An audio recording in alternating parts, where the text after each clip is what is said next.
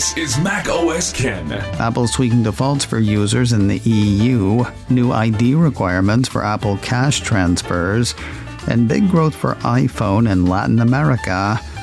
It is Friday, the 23rd of August, 2024. I'm Ken Ray, and this is news from Mac OS Ken, brought to you by yours truly and supported by people like you, patrons through Patreon. Find out more and add your support at patreon.com/MacOSKen. More DMA-inspired changes for Apple in the EU. TechCrunch says the Cupertino company has announced several tweaks tied to a number of iPhone and iPad functions. They include choosing default browsers, an expansion of available defaults for common actions like dialing phone numbers, sending messages, translating text, navigation, managing passwords, keyboards, and call spam filters. And finally, allowing more of Apple's own default apps to be deleted by users in the EU, including the App Store, Messages, Photos, Camera, and Safari. Now, most of that is expected to happen later this year, though new navigation and translation defaults are not expected until spring of next year. Also, people who delete Apple's default apps will be able to add them back, should they choose to do so down the line. The changes appear to be tailored to head off any punitive action by the European Union for non-compliance with the Digital Markets Act. When it opened an investigation into the Cupertino company's DMA compliance, or lack thereof, last March, regulators expressed concern that Apple's measures, including the design of the web browser choice screen, may be preventing users from truly exercising their choice of services within the Apple ecosystem. Briefing journalists on its latest DMA tweaks, TechCrunch had Apple saying it believes the changes will address the European Commission's concerns, and there's certainly reason to hope so. A finding of non-compliance could cost Apple up to 10% of global annual turnover, according to the report. News of new identity rules for Apple Cash. Mac Rumors says the Cupertino company has been emailing customers, letting them know about upcoming changes that are being made to the Apple Cash terms and conditions. For sending $500 or more, those rules start with verifying your ID. According to the report, starting on the 4th of October, Apple will require that iPhone and Apple Watch users verify their identity to send more than a total of $500 in peer-to-peer transfers, which includes sending Apple Cash via messages and making tap-to-cash payments. That'll go for funds sent either from an Apple Cash balance or from a supported card in the Wallet app, according to the report. And it will be cumulative. Prior transactions will count toward the limit that will trigger identity verification, according to Mac Rumors, though it doesn't say how far back those prior transactions will count. As for what's involved, it sounds easy, but not small.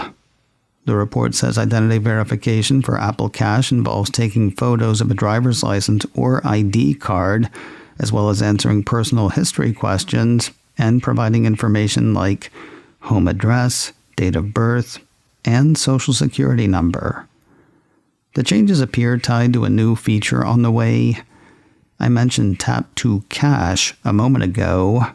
Coming along with iOS 18 and Apple Watch 11, the report says the feature will let users exchange Apple Cash in person by holding an iPhone or Apple Watch near another iPhone or Apple Watch. While I have sent more than $500 to people via messages in the past, I guess I don't do it that often. The piece says Apple already requires identity verification for Apple Cash for those who use the feature frequently. Big growth for smartphones in Latin America last quarter, and big growth for iPhone as well. That is the latest from Counterpoint Research. In a release posted this week, the market tracker says Latin America saw the biggest growth among all regions of the world in the second quarter of 2024. It's kind of a squiffy number, though. The piece says the growth was partly due to a low base, as shipments were still lower than in the same quarter of 2022. So better this year than last year, but last year was bad. All of the market leaders saw serious growth, save one. The region's number one brand, Samsung, actually saw shipments drop 2% year-on-year.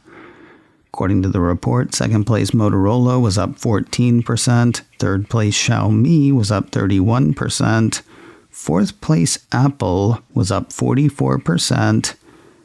Honor rounded out the top five with shipments up 51%.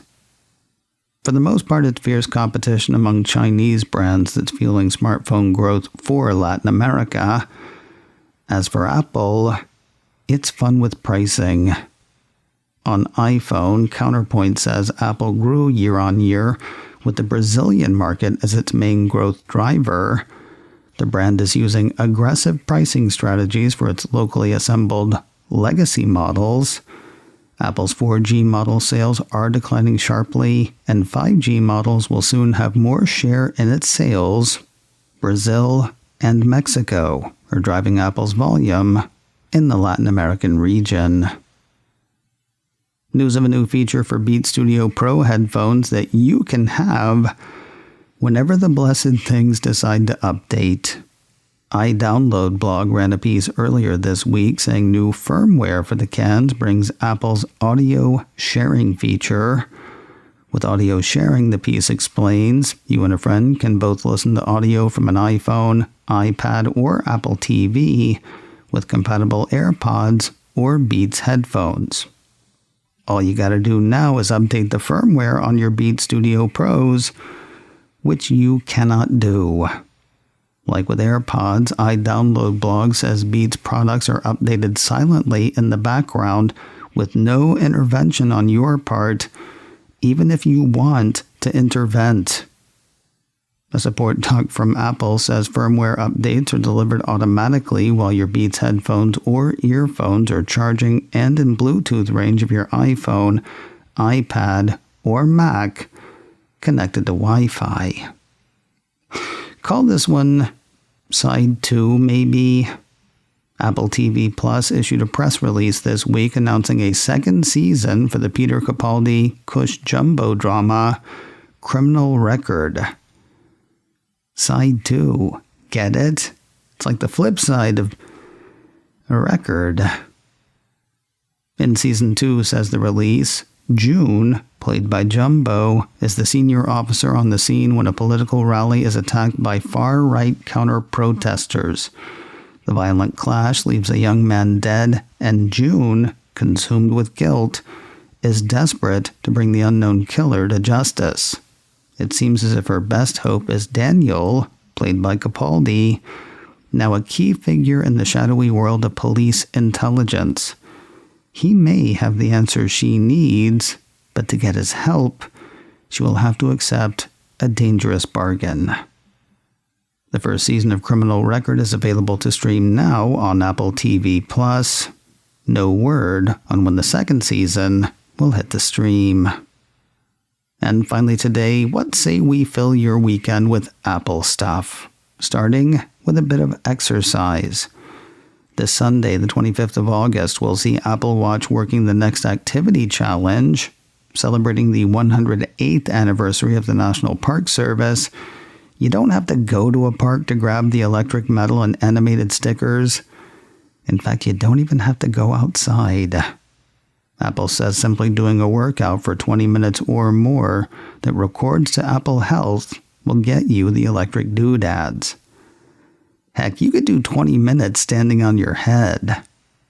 But please, don't do it standing on your head. Unless you're really, really good at it. The other two things to do this weekend are listen to me. This week on the Mac Observer Show, Rob Black joins me to talk investing angles on Apple. He is both a financial analyst and an Apple shareholder. tackling such topics as Apple Vision Pro, Apple and Entertainment, what he would like to see Apple buy, and what, if anything, Apple could do to scare investors.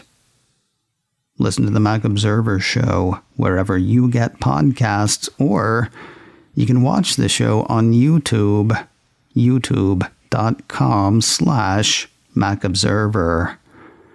Turning to the security side, this week's checklist, brought to you by SecureMac, revisits the National Public Data Leak. You know, the one that probably exposed your information, along with every other citizen of Canada, the UK, and the US. We'll talk about finding out whether your data was compromised and what to do if it was. All of that, plus continued fallout from the New Hampshire primary AI Joe Biden robocall. It is all on checklist number 389, the NPD leak and an AI president revisited. Find that at securemac.com/checklist or wherever you get podcasts. macOS Ken, brought to you by me and supported by people like you, patrons through Patreon. Find out more and add your support at patreon.com/macOSKen. Advertising handled by Backbeat Media, online at backbeatmedia.com. You can reach me a couple of ways. Info at macosken.com or call 716-780-4080. Until next time, that is news from macOS Ken. I'm Ken Ray.